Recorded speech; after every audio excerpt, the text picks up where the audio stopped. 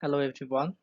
এই ভিডিওতে আমরা দেখব যে ইনভার্টিং অ্যাম্পলিফায়ারের ইকুয়েশন কিভাবে ডিরাইভ করা যায় and virtual short circuit actually কি বা এটাকে কিভাবে ডিফাইন করা যায়, এবং আরো একটা জিনিস দেখব সেটা হচ্ছে ইনভার্টিং অ্যাডার কি এবং এটাকে কিভাবে ডিফাইন করা যায়। ওকে, ফার্স্টে আমরা দেখব যে ইনভার্টিং অ্যাম্পলিফায়ারটা কিভাবে কাজ করে, এটার ইকুয়েশনটা কিভাবে ডিরাইভ করা যায়। তো এটার জন্য আমাদের ফার্স্টেই বুঝতে হবে যে ভার্চুয়াল গ্রাউন্ড বা ভার্চুয়াল শর্ট সার্কিটটা অ্যাকচুয়ালি কি। সো নর্মালি একটা শর্ট সার্কিট কিভাবে হয়, সাপোজ একটা দুইটা টার্মিনাল, এই দুইটা টার্মিনালের মধ্যে যদি একটা ওয়্যার দিয়ে কানেক্ট করে দেওয়া হয়, তাহলে আমাদের এখানকার আর এখানকার যে পটেনশিয়াল ডিফারেন্স সেটা হয়ে যাবে জিরো, 0 ভোল্ট। দ্যাটস মিন এই দুইটা terminal short circuited. But virtual short সার্কিটের ক্ষেত্রে যেটা হবে সেটা হচ্ছে দুইটা টার্মিনাল একটা আরেকটার সাথে কানেক্ট হয়ে থাকবে না, বাট স্টিল আমরা এই দুটা টার্মিনালের যে পটেনশিয়াল ডিফারেন্স সেটা 0 ভোল্টই পাবো।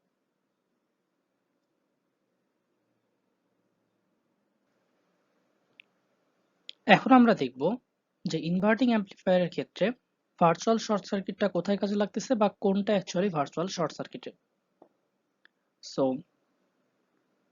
এখানে আমরা দেখতে পাচ্ছি যে V1 which is inverting and V2 which is non inverting terminal. So এই দুইটা টার্মিনালের আমরা ভার্চুয়াল শর্ট সার্কিটটা পাবো। সো এটাকে আমি কিভাবে প্রমাণ করতে পারি, সাপোজ আমাদের ওপেন লুপ যে গেইন সেটা হচ্ছে ইনফিনিটি। ইনফিনিটি না হলেও আমরা জানি যে ওপেন লুপ গেইনটা up to the bias voltage হয়, বাট গেইনটা অ্যাকচুয়ালি ইনফিনিটি। সো এটাকে ইনফিনিটি না বলে আমি যদি বলি যে 10⁻⁷, সাপোজ 10⁻⁷, দেন আমাদের এই যে ভি আউট, সেটা ভি আউটের ইকুয়েশনটা কি হবে, অবশ্যই V out is equal to the difference between those voltage, that's been VD. Okay, VD is equal to V1 minus V2. That's been আমরা বুঝতে পারতেছি যে VD যেটা voltage difference between those two terminals V1 and V2 সেটা হচ্ছে আমাদের VD। VD কে যদি আমরা AOL দিয়ে গুণ দিই তাহলে আমরা V out পাবো। এখানকার যে পটেনশিয়াল ডিফারেন্সটা থাকবে সেটাকে আমরা ওপেন লুপ গেইন দিয়ে মাল্টিপ্লাই করলে আমরা V out পাই। সো আমি যদি এখান থেকে ভোল্টেজ ডিফারেন্সটা বের করতে চাই তাহলে অবশ্যই আমাদের V out divided by AOL হবে। সাপোজ আমি ধরে নিলাম যে V out is 10 volt or maybe V out is 5 volt, ধরে নিলাম 5 ভোল্ট, তাহলে এখানে 5 volt divided by AOL means 10⁻⁷, এটাকে করলে আসে অ্যারাউন্ড 0.5 মাইক্রোভোল্ট। সো এটা আমরা দেখতে পাচ্ছি যে খুবই কম মানের একটা ভোল্টেজ ডিফারেন্স, এটা অ্যারাউন্ড আমরা ধরে নিতে পারি যে এটা 0 ভোল্টেজ। সো নর্মালি এটাই হচ্ছে virtual short circuit. That's mean এখানকার যে ভোল্টেজ ডিফারেন্সটা হবে সেটা হচ্ছে 0 ভোল্ট হবে। It's almost 0 volt, 0.5 microvolt, but it's okay, 0 volt আমরা ধরে নিতে পারি। এখন যেহেতু আমাদের এইখানে পটেনশিয়াল ডিফারেন্স 0 ভোল্ট, এখানেও potential difference 0 volt, that's mean sorry এই দুইটার পটেনশিয়াল ডিফারেন্স 0 ভোল্ট, সো দুই জায়গাতেই আমরা 0 ভোল্ট পাচ্ছি বা আলটিমেটলি 0 ভোল্টই পাচ্ছি। সো আমাদের কারেন্ট যে ইআই এর যে ভোল্টেজ সেটা আর আই আর আই এর মধ্যে দিয়ে যে কারেন্ট আই সেটার ইকুয়েশনটা আমরা এভাবে লিখতে পারি যে I will be EI divided by RI, EI minus 0। কেন 0? কারণ আমাদের এখানে ভোল্টেজ ডিফারেন্সটা 0 ভোল্ট।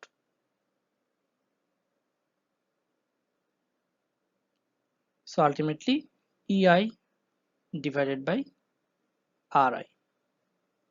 আরেকটা জিনিস সেটা হচ্ছে আমরা জানি কি অপ অ্যাম্পের যে ইনপুট ইম্পিডেন্স সেটা কিন্তু হচ্ছে ইনফিনিটি। একটা আইডিয়াল অপ অ্যাম্পের ক্ষেত্রে ইনফিনিটি, বাট রিয়েল অপ অ্যাম্পের ক্ষেত্রে up to the infinity, I mean not infinity but close to infinity, too much. So একটা অপ অ্যাম্পের যদি ইনপুট ইম্পিডেন্স ইনফিনিটি হয়, দ্যাটস মিন অপ অ্যাম্পের ভিতর দিয়ে কোনো কারেন্ট কিন্তু ফ্লো হচ্ছে না। আর আমরা অলরেডি একটা ইকুয়েশন পেয়ে গেছি সেটা হচ্ছে I, that's mean current through this resistor will be EI divided by RI. এখন তাহলে কারেন্টটা কোথায় যাবে? কারেন্টটা অবশ্যই আমাদের ফিডব্যাক রেজিস্টার হয়ে যাবে, কজ আমাদের আউটপুট ইম্পিডেন্স কিন্তু 0 ohm or close two 0 ohm একটা আইডিয়াল অপ অ্যাম্পের ক্ষেত্রে। সো আমরা এখানে লিখতে পারি যে V out will be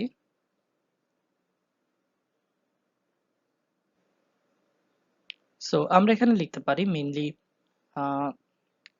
V out is equal to V1 according to the Ohm's law minus, that's mean এখানে RF আছে, so II into RF. Why II into RF? Cause আমাদের এই যে II কারেন্টটা সেটা কিন্তু অপ অ্যাম্পের ভিতর দিয়ে ফ্লো হয় নাই, cause input impedance or infinity, so current must be flow through the RF. সো আমরা এখানে লিখতে পারি V1 মাইনাস II কে আমরা EI বাই RI লিখতে পারি ইন্টু RF. সো আলটিমেটলি যেটা হচ্ছে সেটা হচ্ছে এখানে লিখি V out divided by EI is equal to minus RF divided by RI.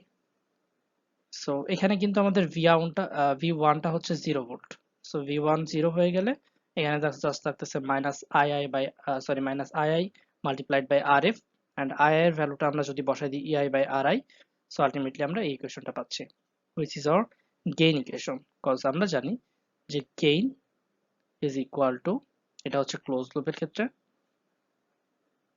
V out divided by EI and is equal to this.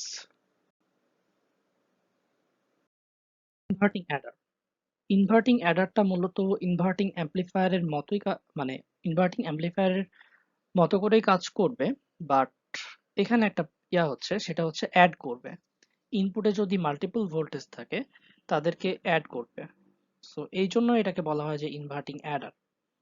So আমরা এখানে জাস্ট বায়াস ভোল্টেজটা দিয়ে দিলাম প্লাস বি মাইনাস বি, এখানে আমাদের লোডটা দিয়ে দিলাম which is RL, এটা হচ্ছে আমাদের feedback resistor which is RF, and এটা আমাদের ইনভার্টিং পোর্ট, এটা non inverting port, non invert of ports আমাদের গ্রাউন্ড হয়ে যাবে, অ্যান্ড ইনভার্টিং পোর্টে আমরা দিব হচ্ছে, সাপোজ আমরা দুইটা ভোল্টেজ দিলাম which is through the R1 and R2, suppose এখানে আমরা দিলাম হচ্ছে 0.5 ভোল্ট আর এখানে দিলাম হচ্ছে 1 ভোল্ট. সো আলটিমেটলি আমাদের ইকুয়েশনটা কি হবে? ইনভার্টিং অ্যাম্পলিফায়ারের যে আমাদের গেইনের ইকুয়েশন সেটা কি ছিল? AV is equal to minus RF divided by RI ছিল. সো এখানে কি হবে? এখানে যদি আমি R1 এর ক্ষেত্রে লিখি তাহলে এটা রিপ্লেস হয়ে যাবে হচ্ছে R1, আবার যদি আমি R2 এর ক্ষেত্রে লিখি এটাই রিপ্লেস হয়ে যাবে আবার R2. সো আলটিমেটলি আমি যদি Voutটা যদি লিখি তাহলে এরকম হবে,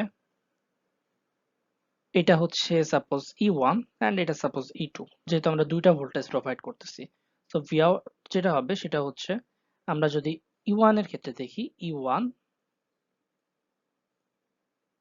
multiplied by minus RF divided by RI plus E2 multiplied by, sorry এটা 1 হয়ে গেল যেহেতু এটা E1 এর ক্ষেত্রে, minus RF divided by R2.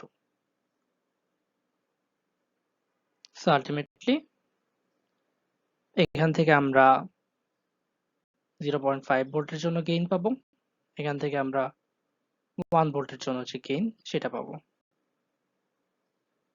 So দুটা একসাথে যোগ করলে আলটিমেটলি আমরা ভি আউটটা পাবো.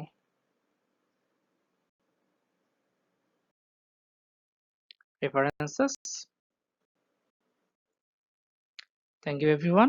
নেক্সট ভিডিওতে আমরা নন ইনভার্টিং অ্যাম্পলিফায়ারের যে ইকুয়েশন ডেরিভেশন অ্যান্ড কিভাবে কাজ করতেছে সেটা নিয়ে আলোচনা করব।